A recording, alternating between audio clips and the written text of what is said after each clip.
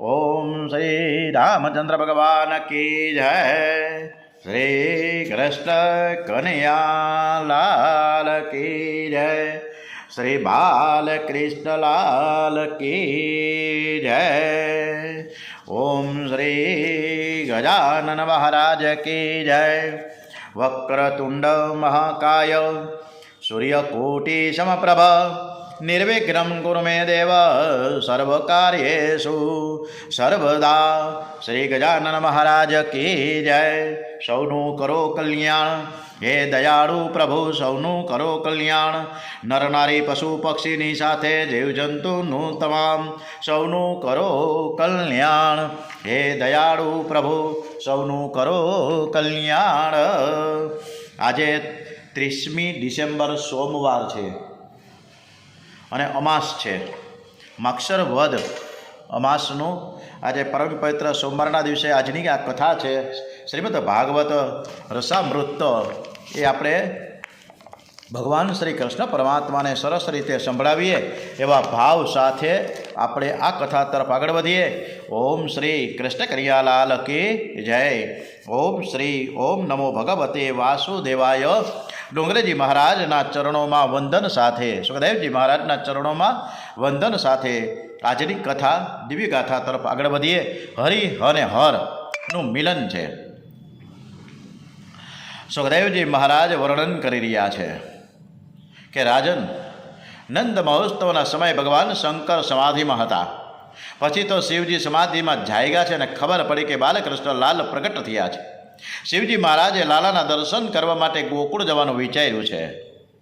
શિવજી સાધુ વેશે એકલા બાલકૃષ્ણ લાલના દર્શન કરવા ગોકુળમાં આવ્યા છે। અને જ્યારે તમે સત્સંગ કરો, કથા કીર્તન કરો, ત્યારે અનેક ભક્તો ભેગા થાય છે, તે સારું છે, પણ તમે ધ્યાન કરો, સેવા કરો, દર્શન કરો, ત્યારે કોઈનો સંગ સારો નથી। આવો સંગ કંઈક અંશે વિક્ષેપ કરે છે। દર્શન કરવા જાઓ તો બને ત્યાં સુધી એકલા જ જાઓ, સાથે કોઈ હોય તો રસ્તામાં બહુ વાતો થશે। દર્શન કરવા જાઓ ત્યારે મૌન રાખીને જાઓ, ભગવાનના નામનો જપ કરતા કરતા જાઓ। દર્શન કરવા જાઓ ત્યારે આંધળા અને બહેરા થઈને જાઓ, મૂંગા થઈને જાઓ।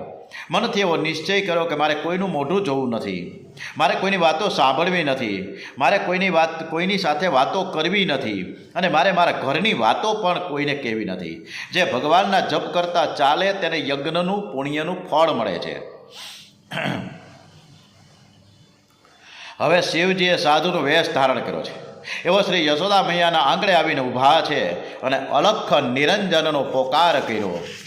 અને યશોદાજીએ જોયું કે આ કોઈ સાધુ મહારાજ ભિક્ષા માંગવા આવ્યા છે।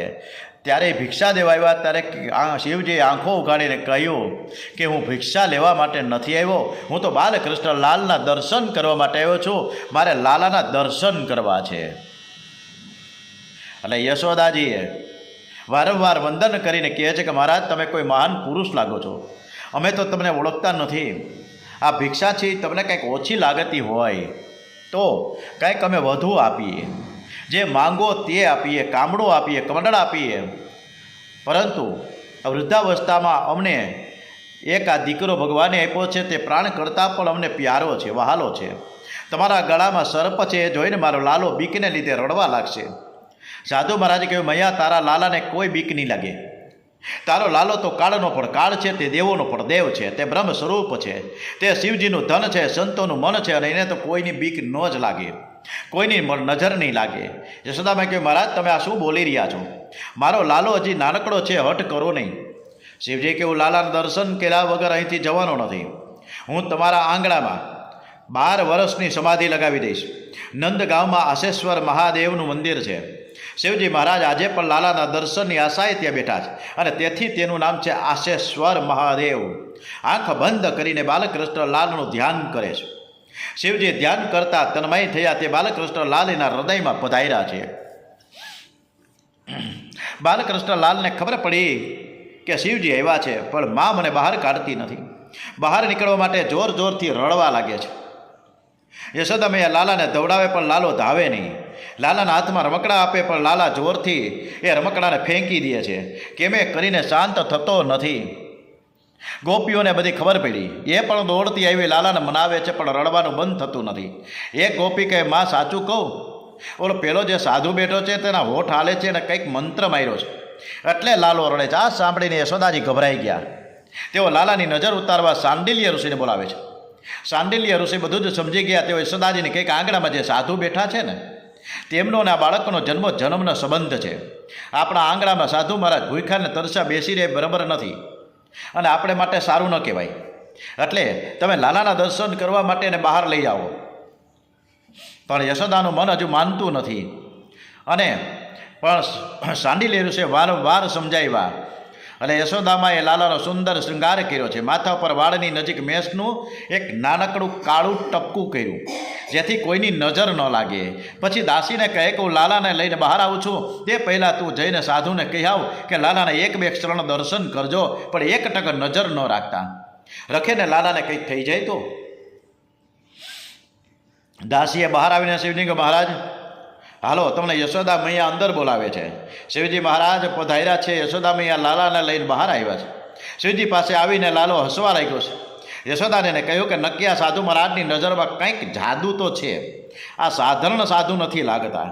શિવજી અને શ્રી કૃષ્ણની ચાર આંખ મળીને શિવજીને બહુ આનંદ થયો. શ્રી અંગમાં રોમાંચ આવ્યો છે. આંખો ભીની થઈ શિવજીએ લાલાનો જય જયકાર કર્યો છે. યશોદામાઈને તે સાધુ મહારાજ ઉપર વિશ્વાસ બેઠો એટલે તેઓ શિવજીને અંદર બોલાવે છે. નંદગામમાં નંદ બાબાનો રાજમહેલ છે. રાજમહેલની અંદર શિવજી મહારાજ છે. એક સ્વરૂપ બહાર છે તે આશેશ્વર મહાદેવ અને બીજું સ્વરૂપ રાજમહેલમાં છે અને તેનું નામ છે નંદેશ્વર મહાદેવ.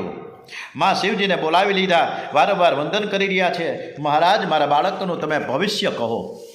શિવજીને બાલક કૃષ્ણલાલના દર્શનમાં આનંદ થયો છે. એવો વિચાર કરે છે કે લાલો મારી ગોદમાં આવે તો સારું. શિવજી યશોદાને કહે છે કે તમે આ બાળકનું ભવિષ્ય પૂછો છો, પરંતુ તે તમારી પાસે હોય તો તેના હાથની રેખા બરાબર દેખાય નહીં, તેથી લાલાને મારી ગોદમાં નાખો. તમે મને ગોદમાં આપી દો એટલે હું ધરાઈને શાંતિથી એને જોઈ શકું, દર્શન કરી શકું. યશોદાજી લાલાને શિવજીની ગોદમાં આપે છે. ત્યાં તો શિવજીને સમાધિ લાગી ગઈ છે. અદ્વૈતમાં વાતો હોય નહીં. શિવજી કહેવા લાગે કે મૈયા આ તારો લાલો મોટો થઈને રાજા બનશે, સોનાની નગરી વસાવશે, આ બાળકની કીર્તિ જગતમાં અખંડ રહેશે, બધાને સુખી કરશે. આ લાલાને તું સારી રીતે લાલન પાલન કરજે. આમ કહીને શિવજી ઊભા થઈને નાચવા લાગ્યા છે. નંદ બાબાને ખબર પડી કે મારે આંગણે કોઈ સાધુ મહારાજ આવ્યા છે એટલે ઝડપથી ઘેરાવ્યા. સાધુને જોતા દંડવંત પ્રણામ કરે છે. યશોદા નંદજી વસ્ત્રો આભૂષણો મંગાવી શિવજીને આપે છે. શિવજી કહે કે માં જગતમાં જે કંઈ છે તે બધું મારું જ છે, મેં જ લોકોને આપ્યું છે. મારું નામ છે વિશ્વનાથ, મારે કંઈ જોઈતું જ નથી. યશોદાજીએ બહુ આગ્રહ કર્યો ત્યારે શિવજીએ કહ્યું કે જ્યારે હું આવું ત્યારે તારા બાળકને થોડી સરળ માટે મારી ગોદમાં તમે આપજો, બીજું મારે કંઈ જોઈતું નથી. આમ કહી શિવજી કૈલાસ ભણી આગળ વધ્યા છે. શ્રાવણ વદ દ્વાદશીને દિવસે ઉપરની જોગી લીલા થઈ અને ત્રયોદશીના દિવસે નંદ બાબા મથુરામાં કર આપવા જઈ ગયા છે. નંદ બાબા કંસના દરબારમાં ગયા છે, વાર્ષિક કર આપે છે. પછી તો સુવર્ણ થાળમાં 5 હીરા ભેટ આપે છે. એક હીરો 1 લાખ રૂપિયાનો છે. નંદ બાબાના ઘરમાં લક્ષ્મીજી પધાર્યા છે. લક્ષ્મીજીને વૈકુંઠ કરતાં પણ વ્રજ વહાલું લાગે છે. એટલે જ ભગવાન કહે છે કે વ્રજ વહાલું રે હું વૈકુંઠ નહીં આવું. વ્રજ ભૂમિ છે એ પ્રેમ ભૂમિ છે. લક્ષ્મીજી નંદ બાબાને ઘેર બિરાજેલા છે, તેથી નંદ બાબાએ કંસ રાજાને આવી કિંમતી ભેટો આપી. અને આટલી બધી ભેટો તમે કેમ આપો છો? ત્યારે નંદ બાબા કહે કે તમારા આશીર્વાદથી આ વૃદ્ધાવસ્થામાં મારે ત્યાં દીકરાનો જન્મ થયો છે. કંસ ભેટથી બહુ રાજી થયો છે. જાણતો નથી કે નંદ બાબાનો કનિયો એ મારો કાળ છે, પણ એની ભેટની સામે આશીર્વાદ તો આપવા જ પડે ને. એટલે નંદ બાબાને કંસરાજાએ કહ્યું, બાબા મને બહુ જ આનંદ થયો છે. આ અવસ્થામાં તમારે ઘેર બાળક આવ્યો, હું તમારા લાલાને આશીર્વાદ આપું છું કે તમારો બાળક સુખી થાય અને તેનો શત્રુનો નાશ થાય. બાલકૃષ્ણ લાલ પ્રગટ થયા ત્યારે દેવો ઋષિઓ મહાત્માઓએ જે કાર કર્યો છે એમાં શું નવાય. હવે તો લાલાને કંસ રાજા એટલે કે એના શત્રુએ પણ આશીર્વાદ આપ્યા છે. નંદ બાબા સીધા જ પછી ત્યાંથી નીકળીને વસુદેવજી પાસે ગયા. નંદ બાબાને જોઈ વસુદેવજીને ઘણો આનંદ થયો છે. શ્રી કૃષ્ણ પ્રગટ થયા પછી નંદ વસુદેવજીનું પહેલું મિલન છે. નંદ બાબાએ વસુદેવજીને કુશળ સમાચાર પૂછ્યા. બંને એકબીજાને સ્નેહપૂર્વક ભેટી પડે છે. તમને કોઈ મિત્ર મળે ત્યારે તમારા દુઃખ સુખની વાત કરજો. હે સુખ અને દુઃખની વાત કરજો, પણ સાચું તો એના દુઃખને તમે સાંત્વન આપજો કે તમારા દુઃખમાં હું કંઈક સહભાગી થાઉં, એવું કાંઈ હોય તો તમે મને કહેજો. પણ 100% હરેક વખતે દિલાસો આપજો, પણ દિલાસો અને આશ્વાસન ખાલી નહીં, કંઈક ઉપયોગી થવા માટે કરવાનું છે. દુઃખીને દિલાસો આપવો એ મહાન પુણ્ય છે. તમે કોઈને મદદ ન કરી શકો તો વાંધો નહીં, પણ તેને તમારી પાસેથી બેસાડી આશ્વાસન આ 2 શબ્દો આપણે જો કહીએ ને તો તેનું દુઃખ હળવું થઈ જાય. નંદ બાબા એવું કહ્યું નથી કે મારે ઘેર દીકરો આવ્યો, છતાં લોકોએ ઉત્સવ કર્યો અને એમને ભેટો આપી. નંદજી તો વસુદેવજીના દુઃખની વાતો પૂછે છે. વસુદેવજીને કહે છે કે આ કંસ તમને બહુ ત્રાસ આપે છે. મેં સાંભળ્યું છે કે આ વખતે તમારા ઘેર કન્યાનો જન્મ થયો હતો અને કંસ તેને મારવા ગયો, પણ તે ઉડી ગઈ. ભગવાન બધું જ જાણે છે, જરૂર તેના પાપની સજા કરશે જ. વસુદેવજી હાથ જોડ્યાને કહ્યું કે બાબા, હું કોઈને દોષ દેતો જ નથી. મેં પાપ કર્યું છે અને તેથી કંસ મારા છોકરાઓને મારે છે. મારા કર્મના દોષ છે, એમાં કંસ રાજાનો કોઈ દોષ નથી. પણ બાબા, મેં સાંભળ્યું છે કે તમારે ત્યાં લાલાનો જન્મ થયો છે, તે મારો જ છે.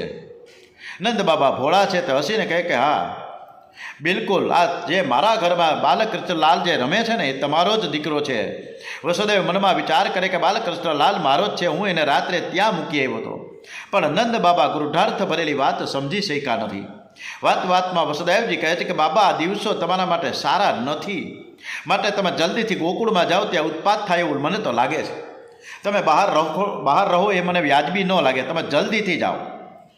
યોગમાયાએ જ્યારે કંસને આકાશવાળી દ્વારા કહ્યું કે તારો કાળ તો જન્મી ચૂક્યો છે, ત્યારે કંસ ગભરાયો હતો. કંસે બ્રાહ્મણોને બોલાવીને પૂછ્યું કે મારું કાળ ક્યાં છે તે બતાવો. બ્રાહ્મણોએ કહ્યું કે તારો કાળ ગોકુળ અને વૃંદાવનમાં છે અને તે બાળક છે. કંસે તરત જન્મેલા બાળકને મારી નાખવા માટે રાક્ષસી પુત્રાને ગોકુળ તરફ મોકલી છે. સરસ મજાની પૂતના વધની કથા તરફ આપણે આગળ વધીએ છીએ. ઓમ શ્રી કૃષ્ણ કનૈયાલાલ કી જય. જે પવિત્ર નથી તે પૂતના છે. અને પવિત્ર શું છે?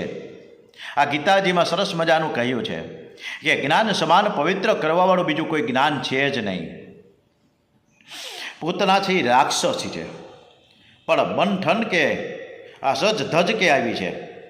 બહારથી સુંદર શૃંગાર કરીને આવી પૂતના શણગાર સજવાથી એકદમ રણિયામળી લાગે છે. એનું તન સુંદર છે પણ મન મેલું છે. ભૂખમાં મીઠાશ છે પણ મનમાં કડવાશ છે. મુખમાં મીઠાશ પણ મનમાં કડવાશ. સ્વાર્થ ખાતર બહારથી પ્રેમનો ડોળ કરે છે પણ મનમાં તો વેર અને ઝેર ભરેલું છે. પારકી સ્ત્રી અંદર જાય છે પણ સૌંદર્યને એવો મોહ થયો કે કોઈને રોકતું નથી, કોઈને પૂછતું નથી કે તું કોણ છે. અંદર કેમ જાય છે બધા જ ભાન ભૂલી ગયા. યશોદાજીને ગોપીઓ પણ ભૂલાવવામાં પડ્યા છે. પૂતના ઘરમાં દાખલ થઈ ગઈ. યશોદાજીને કહે કે હું મથુરામાં રહું છું, મારા પતિદેવ બ્રાહ્મણ છે. મેં સાંભળ્યું છે કે તમારે ત્યાં વૃદ્ધાવસ્થામાં દીકરો આવ્યો છે, તે લાલાને હું આશીર્વાદ આપવા માટે તો આવી છું. તમારા બાળકને હું રમાડીશ, ધવડાવીશ અને જેથી તે જલ્દીથી હૃષ્ટપુષ્ટ થઈ જશે.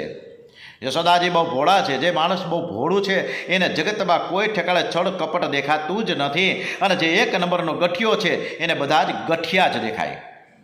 પૂતનાને જોઈ પારણામાં ઝૂલતા બાલકૃષ્ણલાલ આંખો બંધ કરી દે છે, કેમ કે તેઓ જાણે છે કે પૂતનાનું મન મેલું છે અને તેથી તેનું મોઢું જોવા માંગતા નથી. લોકો મંદિરમાં દર્શન કરવા જાય ત્યારે ઘણા ભાગે કપડાં બદલીને જાય છે. કાળજું બદલીને કોઈ જતું જ નથી. ભગવાન કોઈના કપડાં જોતા નથી, કપડાં માયા છે. પૂતનાને જોઈને બાલકૃષ્ણલાલે આંખો બંધ કરી. અને આંખો બંધ કરવાનું કારણ શું કામ? શું કામ બાલકૃષ્ણલાલે આંખ બંધ કરી દી? એના માટે વિદ્વાન ચિંતકો ભેગા થયા છે હરિદ્વાર ગંગાના કિનારે, અને બધા જ પોતપોતાના વિચારો રજૂ કર્યા છે. એમાં એક મહાત્માએ એવું કીધું છે કે પૂતના છે એ સ્ત્રી છે, અબળા કહેવાય, અને હું અબડાને મારી નાખું એ વ્યાજબી નથી, અને એ તરફડ છે હું મારીશ તો, એટલે હું જોઈ નહીં શકું, એટલે એણે આંખ બંધ કરી દીધી. તો બીજા મહાત્મા બાજુમાં જ બેઠા હતા. એટલે કે ભાઈ એવું કાંઈ નથી, આજે પૂતના મને બાળક સમજીને ઝેર આપવા આવી છે, મારવા માટે આવી છે, અને જો હું એને આંખ આપી દઉં તો એને જ્ઞાન થઈ જાય, અને જ્ઞાન થઈ જાય તો એ જે લીલા કરવા આવી છે, મને મારવા માટે આવી છે, મારશે નહીં. એટલે હું પૂતનાને સામે જોઉં અને જ્ઞાન એને થઈ જાય તો, કારણ કે હું તો ભગવાન છું, તેથી મને વધારે એ ધવડાવશે નહીં. અને ભગવાન જેની સામે જુએ એને જ્ઞાન તો મળી જ જાય. આથી લાલાએ આંખો એમ કરીને બંધ કરી દીધી. ત્યારે ત્રીજા મહાત્મા એની બાજુમાં જ બેઠા હતા. તરત જ એને કીધું કે આ ભાઈ બરાબર નથી તમારી વાત. પુત્રની સામે જુએ અને જ્ઞાન થાય એવું કાંઈ થોડું સાચું હોય. દુર્યોધનને ક્યાંક જ્ઞાન થયું હતું? શિશુપાલને કંઈ થયું હતું? મારી દ્રષ્ટિએ આંખ બંધ કરવાનું કારણ કાંઈક જુદું છે. મહાત્માએ વળી પછી એના પોતાના વિચાર રજૂ કર્યા કે પૂતના ઝેર અને લઈને આવી છે. ત્યારે લાલાએ વિચાર કર્યો કે આને મારે વૈકુંઠમાં લઈ જાઉં કે ગોલોકમાં લઈ જાઉં, કઈ રીતે કયા પ્રકારની મારે ગતિ આપવી, એ વિચારમાં લાલાએ આંખો બંધ કરી દીધી. ત્યારે ચોથા નંબરના મહાત્માએ કીધું કે ભાઈ આ બધું વાત તમારી બરાબર છે, પણ મને યોગ્ય નથી લાગતી. એના કરતાં હું તમને જે કહું છું એ બરાબર છે કે મારી દ્રષ્ટિએ કોઈ પુણ્ય વગર જીવ ઈશ્વર પાસે આવતો નથી. પૂતના આ જન્મમાં કે પૂર્વ જન્મમાં શું પુણ્ય કર્યા છે એ જોવા માટે લાલાએ આંખો બંધ કરી. આમ ભગવાને આંખો બંધ કરીને તેનું પ્રારબ્ધ જોયું. ત્યારે પાંચમા મહાત્મા કહે કે મારી દ્રષ્ટિએ લાલાએ આંખો બંધ કરી એનું કારણ કંઈક જુદું છે. કન્યો વિચાર કરે કે મેં તો માનેલું કે હું ગોકુળમાં જઈશ તો લોકો મને માખણ અને મિશ્રી ખૂબ ખૂબ ખવડાવશે, ઉલટું આ તો મને ઝેર આપવા આવી છે. આ બીકથી લાલાએ આંખ બંધ કરી દીધી. ત્યારે છઠ્ઠા મહાત્મા વળી કાંઈક જુદું જ કીધું. એવું કાંઈ થોડું હોય, એને બીક લાગે, એ તો પ્રભુ પરમાત્મા છે પણ એને કે મારે ક્યાં ઝેર પીવાની આદત છે? ઝેર પીવાવાળા તો એક શિવજી જ છે અને એને તો પચાવી શકે એટલે તો એ નીલકંઠ કહેવાય ગયા. તો આ ઝેર પાવા માટે આવી છે પૂતના, તો અત્યારે હું શિવજીને નમસ્કાર અને વંદન અને ધ્યાન અને ધારણા તો કરું. અને એ ધારણા કરતાં કરતાં એને આંખ બંધ કરતી હતી અને શિવજીની ઉપાસના શરૂ કરી દીધી. અને આજે સોમવાર પણ છે એટલે પણ આપણે શિવજીની ઉપાસના તો કરવી જ જોઈએ. ઓમ નમઃ શિવાય, ઓમ નમઃ શિવાય, ઓમ નમઃ શિવાય, ઓમ નમઃ શિવાય. હર હર ભોલે નમઃ શિવાય, ઓમ હર હર ભોલે નમઃ શિવાય. નમઃ શિવાય, ઓમ નમઃ શિવાય, ઓમ નમઃ શિવાય, ઓમ નમઃ શિવાય. અને ભગવાને કૃષ્ણ કન્યાએ શિવજીની ઉપાસના કરતાં કરતાં આંખ બંધ કરી દીધી છે. ત્યારે સાતમા મહાત્મા કહે છે કે બધી વાત સાચી, પણ મને આ બધાય કારણો બરાબર નથી લાગતા. શું કૃષ્ણ ઝેર પચાવી ન શકે? અરે ભાઈ, એ તો કાળના પણ કાળ છે. આંખ બંધ કરવાનું કારણ હું તમને બતાવું. મને તેમ લાગે કે રામકૃષ્ણની આંખમાં ચંદ્ર અને સૂર્ય છે. મહાયોગીઓ બ્રહ્મલોકમાં જાય છે, તેઓ સૂર્યમંડળને ભેદીને જાય છે.